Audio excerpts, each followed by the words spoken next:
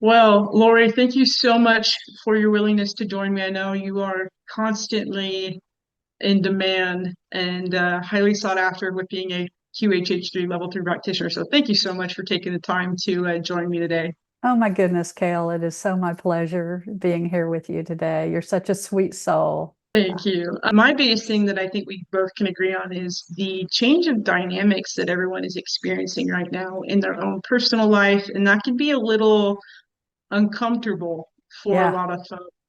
What what's your perception of what's happening right now? What can you give me your own insight as to what folks may be experiencing or what you personally are seeing in your work? Well, in my work and just in general, people say, the veil is coming down. And a lot of people, and I guess truth and people's true colors are being exposed. That's not necessarily negative, right? So I know that that may sound negative, but it's really not.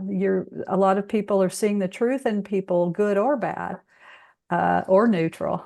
So, and I think that when we talk about the veil, some people may not really understand what that means. The way I describe the veil is it's kind of see it as a membrane that covers us until we are consciously ready to see deeper into those layers of the veil until it's fully lifted.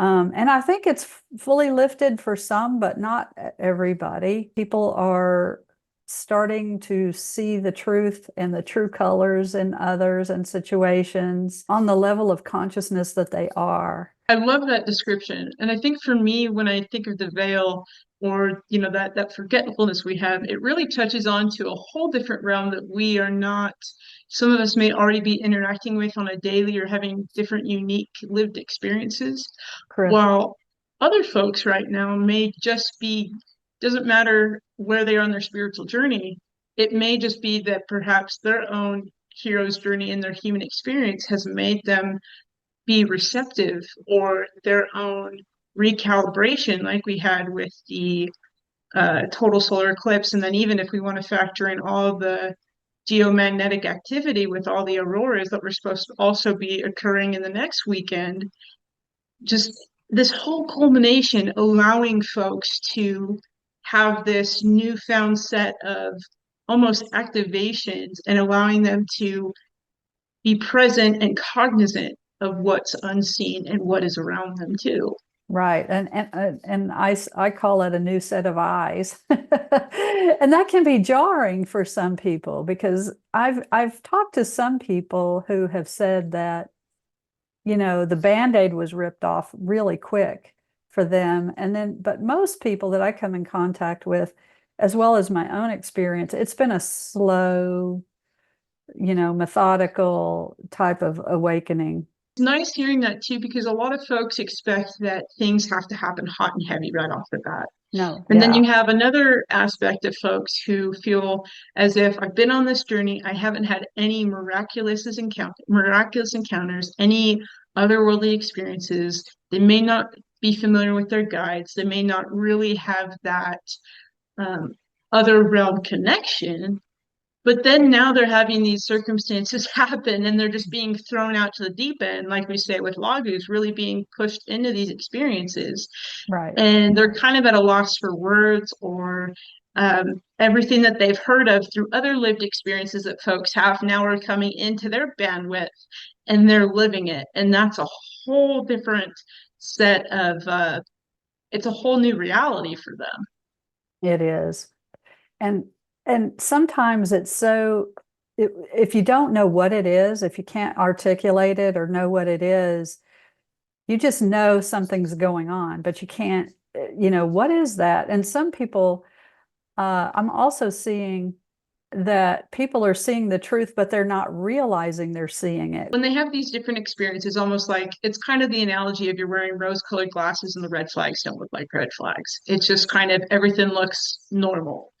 Now you're coming into a time period or an essence of where you're getting these gut inclinations. Because remember, we are animals, so we Yes. have these intuitive inherent instincts where our gut, um, everything can live within the muscles, our bones, of helping us understand and being and pinpointing, be like, something's off, but I don't know what it is, but I know something's amiss.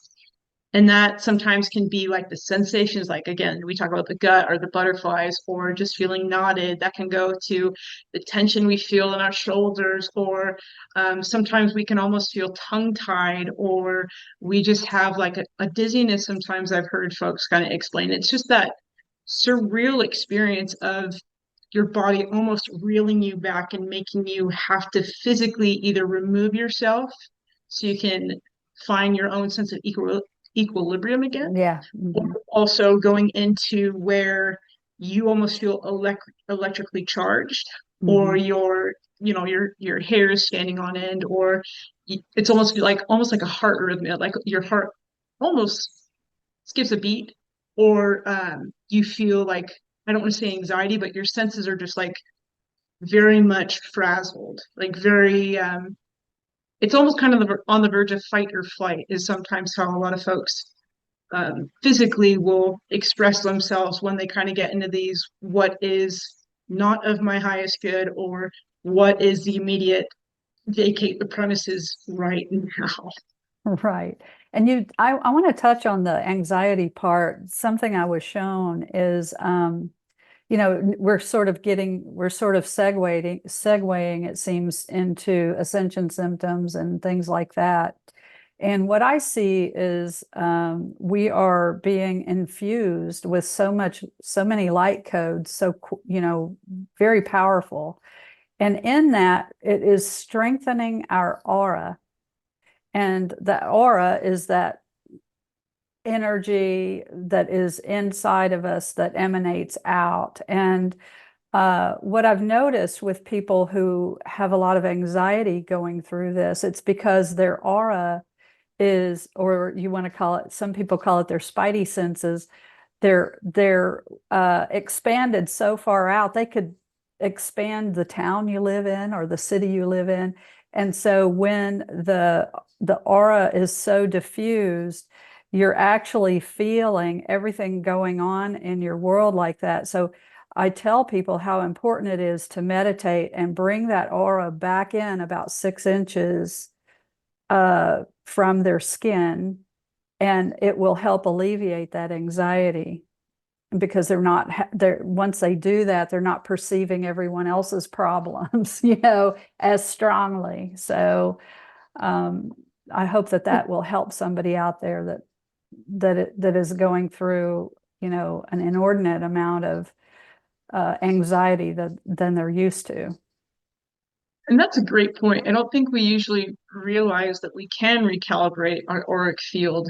And Yes. for empaths especially, sometimes, like you articulated, their auric field is so expansive that anything that crosses that threshold, they're going to feel Yes. immediately.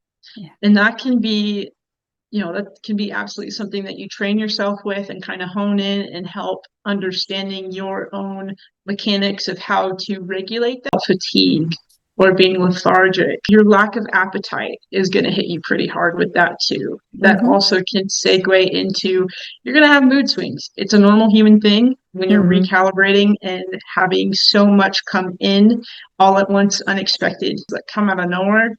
You're not doing anything wrong. It's just kind of everything channeling through this body, through this lifetime. Sometimes even outside of this time period, what we're experiencing now, you may still feel all those different emotions or get these downloads or get these visions or impressions. And I just want to clarify for a lot of folks, especially for those who are just stepping into this newness, that yes, it's okay to have those experiences. It doesn't mean, again, that you're doing anything wrong. It's just you are the catalyst that is feeding off to other different past lives, concurrent lives, and something so critical what we're experiencing now, you're going to have all these different sensations that you never knew existed, and it's just happening at the right time, the right place. And what better time period now when we are experiencing a drastic shift in our lived experience here now. Absolutely. I think it's very important when one starts to experience all these symptoms to rest and to get mindful. I'm a mindfulness coach, so I'm always going to plug that, how important it is to get mindful, to get present in your body, and to just accept and surrender to these energies that are happening. And another component to that is detaching from identifying so strongly with these perceived negative symptoms and emotions, is that it's very temporary. It's just going to come and go. And it's if we can just sort of accept it and watch it come and go, then we're going to be fine, and relish the moments when you're feeling okay, and the more we relish in those feelings of being okay, then we will create more of those feelings of being okay, since we are creating our own reality. So yes, I agree with that wholeheartedly. And I think another imperative factor with that, when we're talking about all these new lived experiences that folks are having, is that I think that there's always been a lot of dogma of creating a sense of fear of you're not doing something right, you're messing up. This is the causation for you not making the right decision or not being on your path.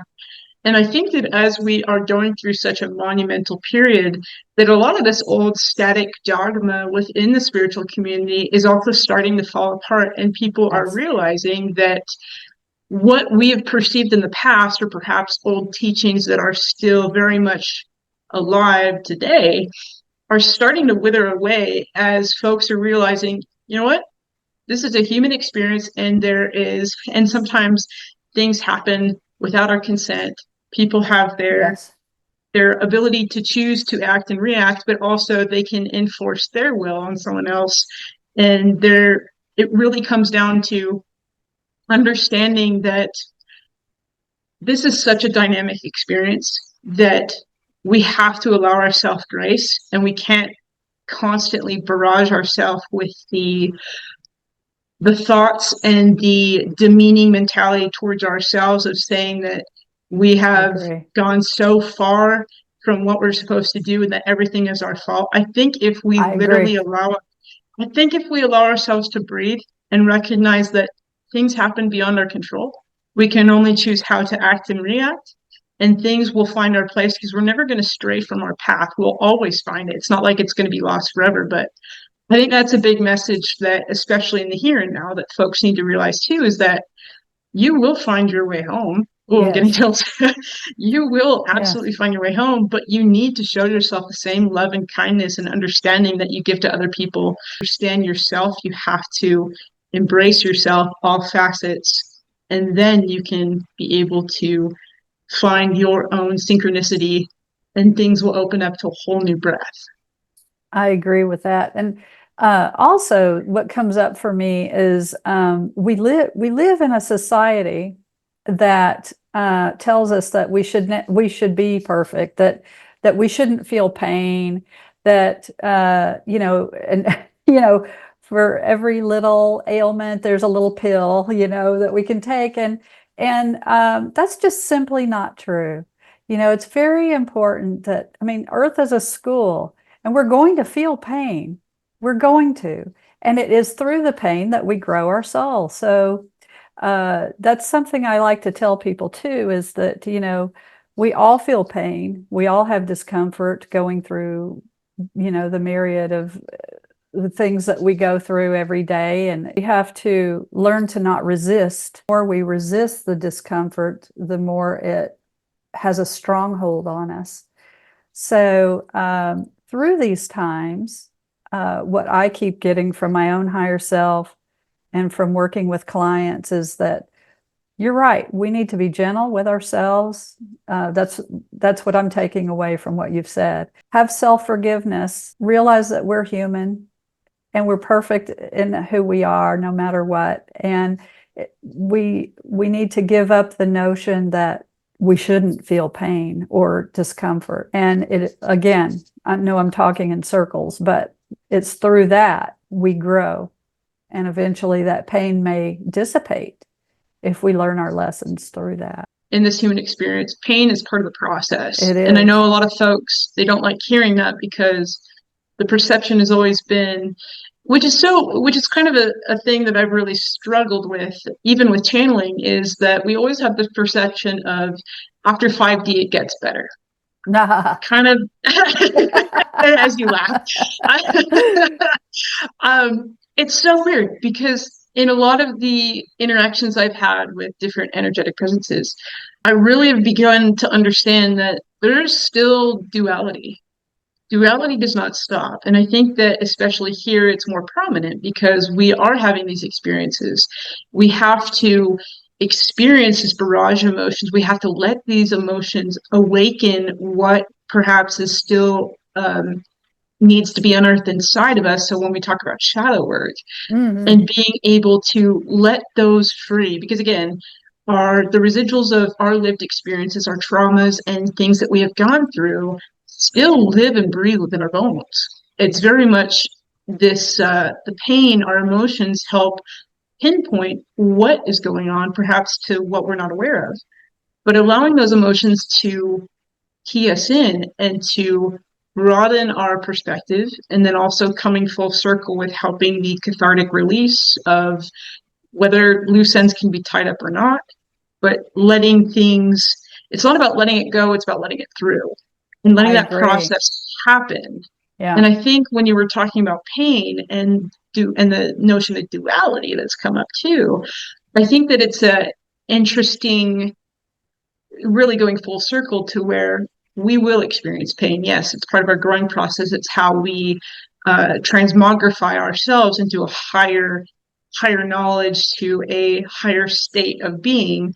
But even as we transcend and work with higher energies, I've found that even with duality, there's no guarantee because we need that contrast. It doesn't mean it's all bad. Right. Nothing's really bad because we give an interpretation to it. If we don't know the context, human nature is to say it's unknown, it's foreign, therefore it's bad. But I think even with working with higher frequencies and higher energetic presences and densities, it's been very, really eye-opening just to see that there's still nothing's ever perfect. No. And you're always going to have these differences, and you're always going to have a sense of duality to show a contrast, because without light, there's no dark. Without dark, there's no light. And even when you light a match and put it against a wall, the flame does not have a shadow. It's an illusion. So I think that this whole contrasting of light and dark as of recently, and pain and what we go through, is just creating a whole new awareness of what these lived experiences and what the social constructs of what lies beyond 3D, 4D, 5D, and on, that we still really, this is all uncharted territory that I think we're still kind of trying to understand as much as we can in a human experience. Right. And goodness gracious, I don't ever consider myself an expert at any of this. I'm just saying it how I see it, and as are you. In the spiritual community, you see a lot of this love and light stuff, and you see this, well, if I just ignore it, it doesn't exist, and so as we've been awakening and going through this process, I've seen people, what I call, they've spiritualed themselves so much that they're in 5D, and then they come crashing back to 3D because, something happens that's, very much in the 3D reality. And all that doesn't mean they're doing anything wrong. They could be spiritual bypassing a little bit. And 5D is how aware I am of my inner processes. Mm-hmm. And therefore, when I am fully present and fully accepting and also taking accountability, full accountability, then I am in a high vibration. To refer to what you were saying about people think that in 5D things just automatically become perfect or better. They do because of that, because we are learning a different way of coping, or as you say, letting it work through you instead of to you, and taking responsibility and accountability wherever we need to in those moments, and acting accordingly. And then, once that little problem or big problem is we've gone through it, we've accepted our accountability, our thought processes, and given credit where credit is due, either way, then we will go back to that feeling of problems being a little bit softer, not hard-edged, not as scary when you're in 5D. It's a shift within one's mindset of our own perception of how we, like you articulated, how we view things that happen to us.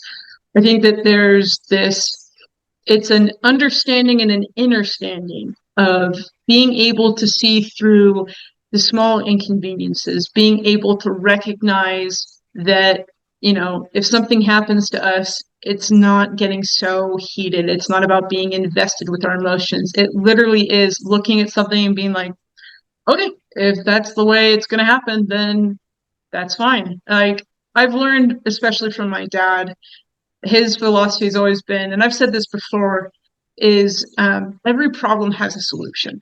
Mm-hmm. And that's kind of like the mindset that I've always tried to keep in like tamping myself down. It's like, even if something big happens, if something cataclysmic happens, I'm allowed to have emotions and experience that and let it go into my body and purge whatever needs to, and to just have it. I have to recognize every aspect of it. And then once it's done, I think, especially when we're talking about working at a higher level, or working with all facets of this human component, this meat suit, and all of the feels entangled with it, it's then once we recognize all the emotions and we have a sense of clarity. And sometimes that means literally taking a long nap or letting ourselves disconnect and just kind of whatever we need to do to kind of ground ourselves back into our own sense of self, then you can address something. But I really think it does come down to 5D isn't necessarily a place as it is understanding your own way of thinking, your patterns, and mitigating those circumstances and being able to properly navigate and keeping yourself, it's not necessarily grounded isn't the word I'm looking for, right? But it's allowing yourself to find a sense of stability throughout everything that gets thrown into your way. The concept that I think we have in the spiritual community of all these different densities, I think that what folks are really experiencing right now is, like we talked about at the beginning, yes, the veil, the realm unseen is thinning and it's not going to stop. This is a permanent change. Mm-hmm. And what folks may be experiencing, I know for me as of lately, was I literally had footsteps run through my room, Oh, wow. stop by my bed and run out. And I was like, okay, this is new. But it's like folks may hear weird noises. They may have things physically move. They may see different densities or shadows out of the corner of their eye. This is going beyond the synchronicities of what people like reference as angel numbers or finding feathers. This is literally hearing voices, and not to be construed as psychosis. This is literally where folks are feeling more promptings, like feeling like someone touching them or someone grabbing, like trying to get their attention, or again seeing things out of the corner of their eyes, seeing glimmers, or like sparkles is a big thing. The hearing, the seeing. Some people experience different smells that will take them back to childhood as a way of kind of tapping them into a memory or a realization or something to trigger a certain type of response to kind of create a moment or that synchronicity. Some people will experience more intense lucid dreams, or it can even be, some may experience going out of body for the first time. The sky's the limit. It's a whole new intensity of literally shoving people into a realm that they have really never experienced at a caliber like this, or perhaps ever. I agree. And how I'm seeing it in my work is more and more people are coming to me with, I have all these blocked memories. I don't remember certain things. And when they're going into hypnosis now, they're remembering more. They're remembering more in this life. They're remembering more in past lives. And it's sort of an integration, or putting the puzzle pieces together, that's now available to us. And I think everything you're speaking about, all of these symptoms you're talking about, is part of those puzzles of bringing us into full integration of all those lost parts of ourselves that have been scattered out there. That's what I see happening.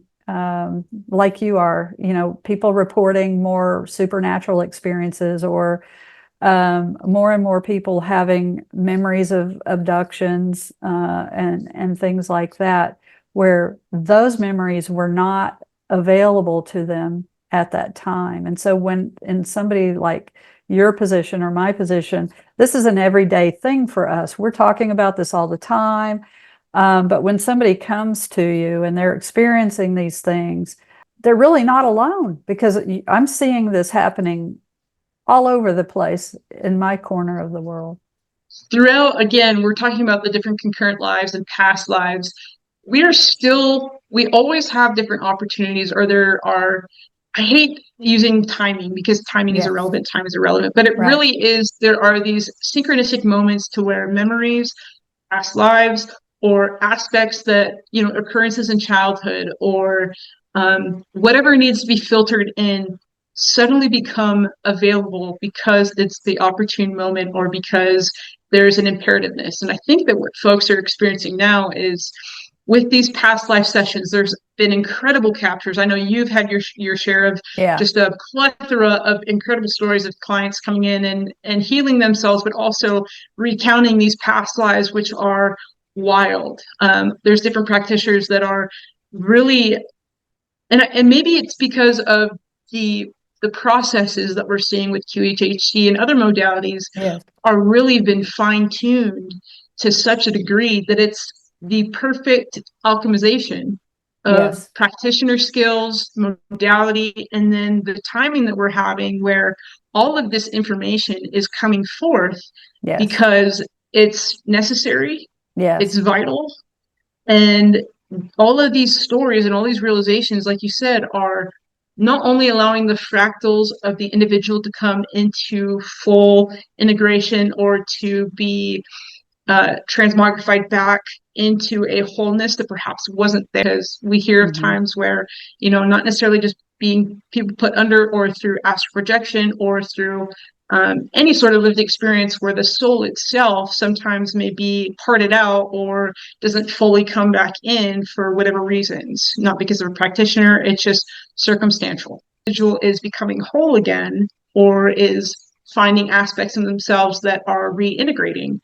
Their own lived story and their own experiences are adding into the equation that's helped filling in the blanks for giving us a broader perspective of not just their own experiences, but how their recounting of their own past lives is adding into the fullness of understanding of the perspective of what exactly is happening and what perhaps the earth realm is going through, to help us try and make sense, and not necessarily prepare, but just to have more of an awareness as to how to navigate all these uncharted waters. As I've been ascending, I've had a more difficult time with words, communicating more on a telepathic way.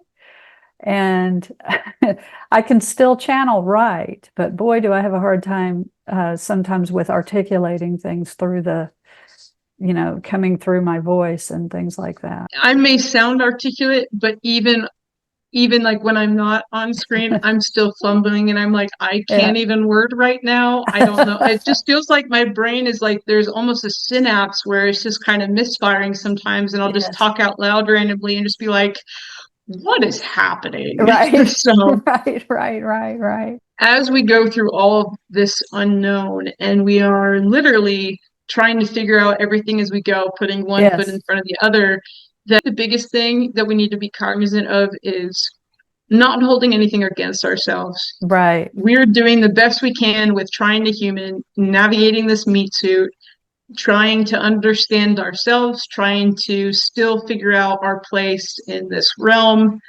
The most important factor at this point in time is always going to be letting yourself take it as slow as you need to. This is not a race. Right. And just because you're not having different experiences as other people or those within your circle doesn't mean you're unworthy. Doesn't mean that you're doing anything wrong. This is just coming into a point where let yourself rest, catch your breath, gather your strength. Right. But the overall message that I think is very clear at this point in time is things are changing at an unprecedented rate. Mm-hmm. And that also means that if you have time to allow yourself, even if you feel like you're stagnating or you're at a plateau, enjoy the break.